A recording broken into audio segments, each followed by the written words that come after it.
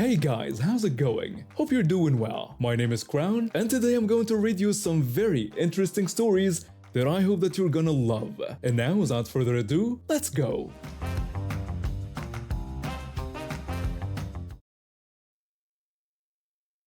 I guess I should start with how I got here. My childhood wasn't exactly picture perfect. My parents had money when I was young. Lots of it. My father's family owned big businesses in our area, and we lived well. But things fell apart when they divorced. Both of their lives spiraled downward after that. By 16, I was living on my own while they both sank deeper into drugs and alcohol. Neither of them held a job after I became a teenager. Both died homeless before they reached 50. I joined the military as soon as I could and never looked back. I put distance between myself and my past, both physically and mentally. When I was 20, I got news that shocked me to my core. My mother had been arrested for stealing a large sum of money from my grandmother, who was in the early stages of Alzheimer's. My grandmother wouldn't press charges, but the state did it anyway. According to the detective, my mother and her sketchy boyfriend were fueling the criminal underground in their area. This was the turning point for me. I always thought my mother was just a free-spirited hippie with some problems. Now I learned she was robbing her own mother. My grandmother was wealthy and terrified of being put in a nursing home, so she kept giving in to my mother's demands. Even after my grandmother bought her a house down the street, my mother kept stealing from her. She even got my underage sister involved, which resulted in both of them getting felony convictions for grand theft and check fraud. My mother tried to blame it all on my sister, claiming that it wasn't as serious because my sister was just a minor. A few years later, I was married with a baby and had just returned from Iraq. I had moved across the country to start a new military assignment when I got a strange voicemail from my uncle. He briefly explained that my grandmother was in the psychiatric ward at the big hospital in her town. He mentioned that she had left everything in my name and that he was flying back home. That's when I discovered that the document my grandmother had me sign when I was 16 made me the executor of her estate and gave me power of attorney. My unit gave me time off to fly across the country and handle the situation. What I found was horrifying. My grandmother's massive house was in shambles. My mother had destroyed the house my grandmother bought her, then moved into my grandmother's house claiming she was caring for her. The place was infested with fleas, so bad that repair contractors wouldn't enter. There were needles everywhere, and apparently everything had been used as an ashtray. I still refused to speak to my mother, but now that I controlled the money, she tried desperately to worm her way back into my life. I always told her to get lost. My grandmother was deemed unfit to live alone. Being only 23 with a new baby and marriage, I made the decision to put her in a nursing home. I fixed up her house, rented it out to create income for her care, and went back home. But my grandmother wasn't one to go quietly. She got kicked out of the retirement home after breaking a coffee cup over another resident's head for snooping in her room and wearing her shoes. The only option after that was a psych ward. So my grandmother moved in with my family and lived with us for over 5 years until we couldn't provide the level of care she needed. That's when I decided to take action. When the state filed charges against my mother years ago, they placed a lien against her property in my grandmother's name for almost $100,000. Now my mother hadn't paid property taxes in so long that she was about to lose the house. She called me in panic, insisting that the lien wouldn't get paid if the house was auctioned, and begging for my help. I knew this wasn't true, but I saw an opportunity. I told her I would work out a deal to help her. I explained that if she signed the deed over to me, I would sell the house and pay for her to move somewhere else. My mother expressed immense relief, saying she knew she could count on me. I flew to town and she signed the deed over to me. Then her true entitlement showed. She started demanding that I use my credit to get her a luxury apartment. Her boyfriend chimed in, reminding her not to forget that they would need a professional moving company as well. Instead of giving in to these demands, I rented them a U-Haul truck and paid for a storage unit for 6 months. I put them up in an extended stay hotel for a short while. Then I fixed up the property and sold it to the same rental company that had bought my grandmother's house. I used the money to buy annuities for my grandmother that allowed her to live in a normal house with a live-in nurse and excellent care. She might still run out of money because of what my mother did, but she has some years before I need to worry about that. She's almost 100 now. My mother was on the street within 6 months. The last time I saw her, she looked like she had been living under a bridge, which she had. She was covered in sores, balding, and clearly on drugs. She had received a Social Security disability back payment that would have been significant for her. She died in a hospital less than 3 days later, partied herself to death. Her boyfriend just dropped her at the curb and disappeared. I later told the boyfriend I'd give him some money if he gave me the key to their storage unit, which somehow my mother had managed to keep all those years. I shared whatever valuables were in there with my siblings, gave the boyfriend $100, and closed that chapter of my life permanently. Being a first-time parent is nerve-wracking enough without dealing with road rage, but that's exactly what happened last Tuesday. I had just finished picking up some groceries and was heading home during mid-afternoon. My little one was safely strapped into the car seat, finally asleep after a fussy morning. I was driving extra carefully like most new parents do. About 5 minutes into our drive home, I noticed a shiny white SUV in my rearview mirror. At first, I didn't think much of it. The SUV kept getting closer and closer until it was practically touching my bumper. I tapped my brakes lightly, hoping the driver would back off a bit. Instead, they swerved around me, cut in front, and suddenly slammed on their brakes. I had to hit my brakes hard. My heart jumped into my throat as I heard my baby cry out from the sudden movement. I called back to my baby with a reassurance that everything was okay, trying to keep my voice steady despite my fear. The SUV sped up again, only to repeat the same dangerous maneuver. Brake. Speed up.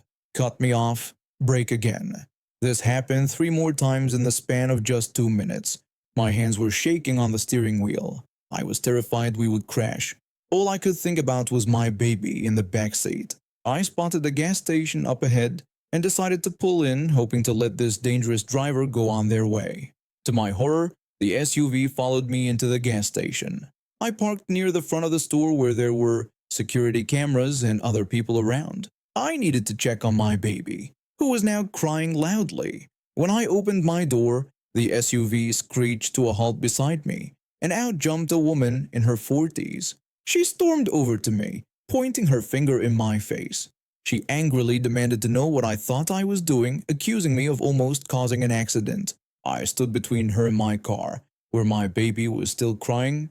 I tried to defend myself, explaining that she was the one brake-checking me repeatedly, and that I had a newborn in the car. She dismissed my concerns completely, complaining that I was driving too slowly and that some people had important places to be. I attempted to reason with her, saying that her impatience didn't give her the right to put my baby in danger. She scoffed at my explanation, accusing me of being the type of person who uses their children as an excuse for everything. I tried to turn away to check on my baby, but that seemed to make her even angrier. She warned me not to walk away from her and asked if I knew who her husband was, implying some sort of importance or power. She grabbed my arm and yanked me back. In that moment, something clicked inside me. The self-defense classes I had taken during college came rushing back. My instructor's voice echoed in my head. If someone puts hands on you, you have the right to defend yourself. As she pulled back her hand to slap me, I caught her wrist, twisted her arm behind her back, and used my weight to guide her down to the ground. I wasn't rough, just firm enough to neutralize the threat. She shouted from the ground, accusing me of assault and threatening to sue me for everything I owned. I explained that I wasn't hurting her, just preventing her from hurting me or my baby. I called out for someone to contact the police. A gas station attendant was already on the phone.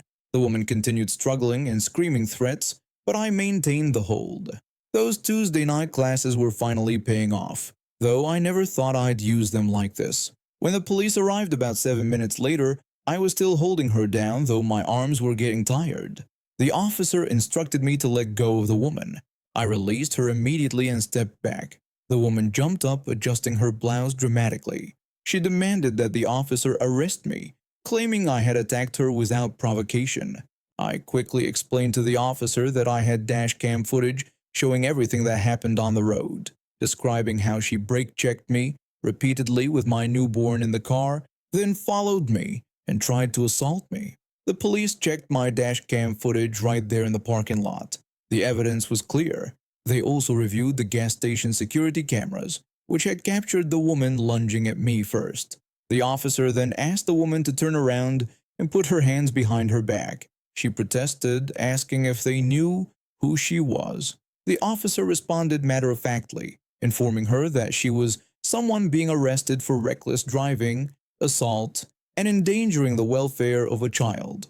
The look on her face as they put her in handcuffs was almost worth the terror she had put us through. Almost. Later I learned she had a history of road rage incidents. My case wasn't the first, but with the dash cam evidence, it might be her last for a while. She was facing substantial fines and possible jail time. I've lived in this neighborhood for about 5 years now. It's a nice place with schools, families, elderly folks enjoying their retirement, and plenty of dog walkers like myself. The only downside is that my street happens to be one of the main entry points to the neighborhood, which means we get more traffic than the other streets. When I first moved here, I was shocked by how many drivers treated our residential streets like highways. People speed, run stop signs, and act like the road belongs to them alone. I've had more close calls than I can count while walking my dog or riding my bike, which is my main way of getting around town. The one saving grace of our street is what I've come to call the dip, a vicious depression in the road about a block and a half from my house. This thing is brutal. It will absolutely destroy the undercarriage of any car that goes over it too fast. The beauty of the dip is that it's hard to see until you're right on top of it, especially if you're not familiar with the area. I've heard the sickening scrape of metal and plastic hitting pavement more times than I can count. Over time, I've developed a kind of relationship with the dip. When I'm on my bike and see a car coming too fast, I'll wave them down to warn them. If they're being respectful, I'll slow down to make them slow down too, saving their car from damage. But for those who endanger others with their entitled driving, well, the dip becomes my silent partner in delivering swift justice. That's exactly what happened yesterday. I was coming back from the grocery store on my bike. The weather was perfect. Not too hot, not too cold.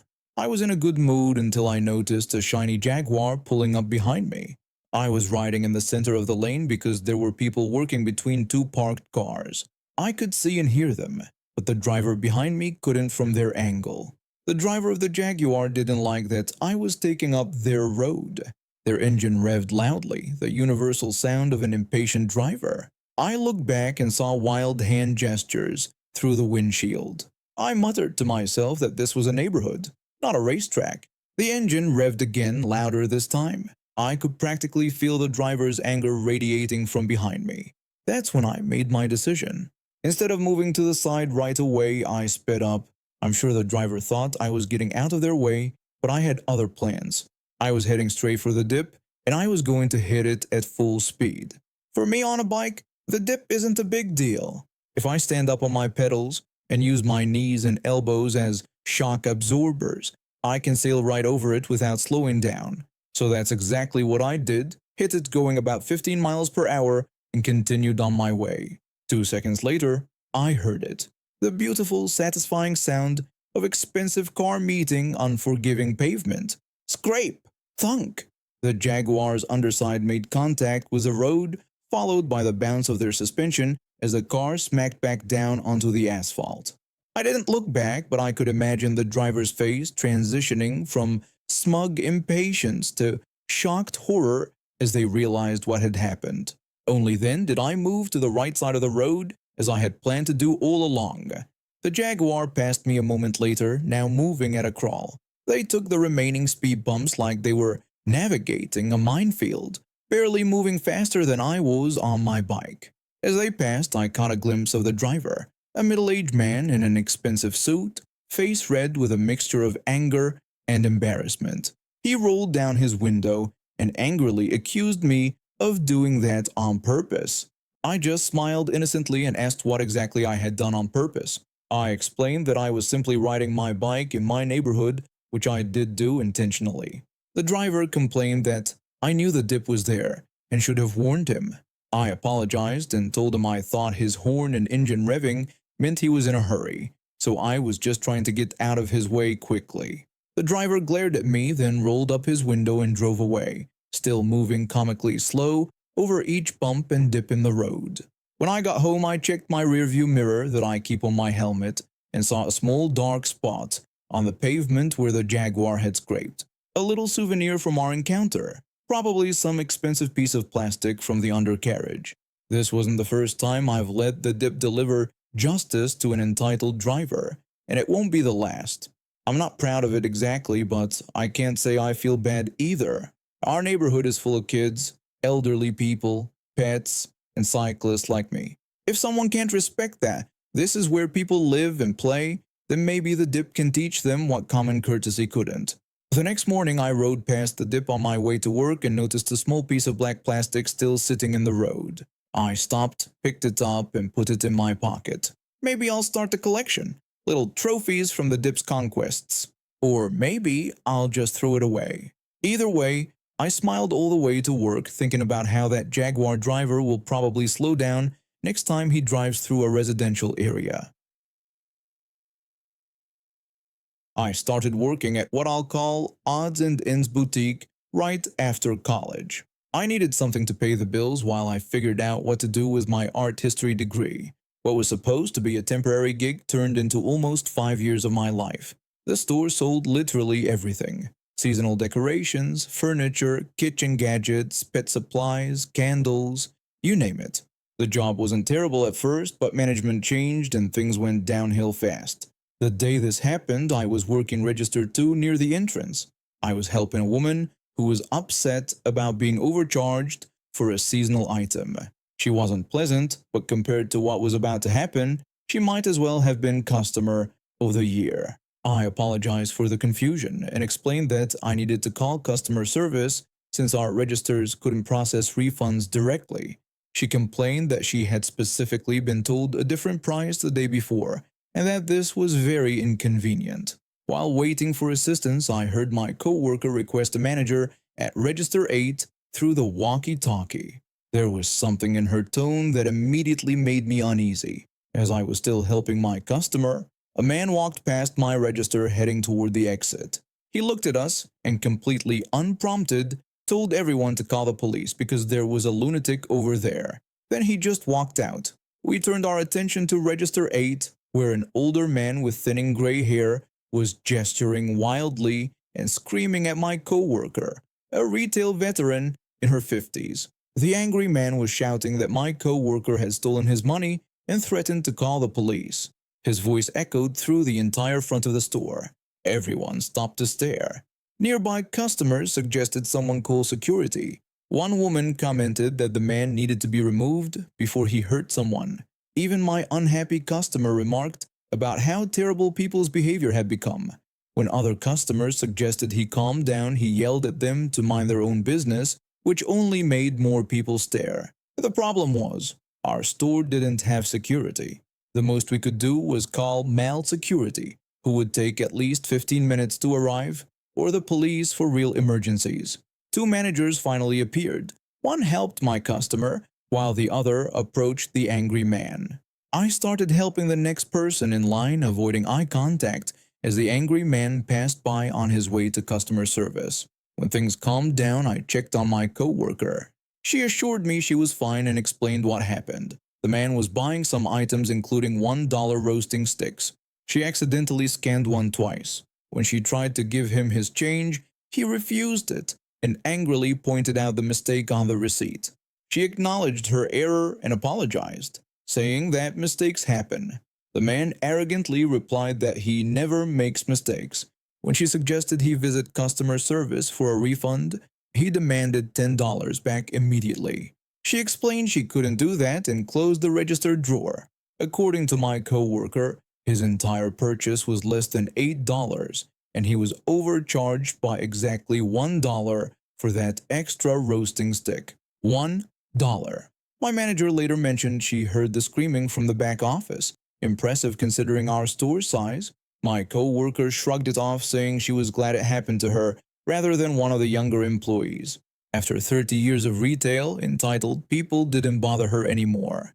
The man eventually got his dollar back at customer service and left. No police were called, just a grown adult having a complete meltdown over a single dollar.